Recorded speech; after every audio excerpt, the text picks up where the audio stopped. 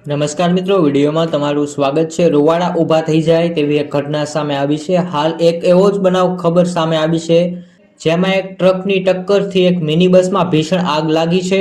હાલમાં આગ ભભૂલતા જ લોકોમાં રોષ જોવા મળ્યો હતો અને આગના કારણે બસમાં સવાર બાળકોમાં સમેત 11 લોકો મોતને ભેટ્યા હતા। આવી રીતે આ સમાચાર દર્દનાક મામલો સામે આવ્યો છે।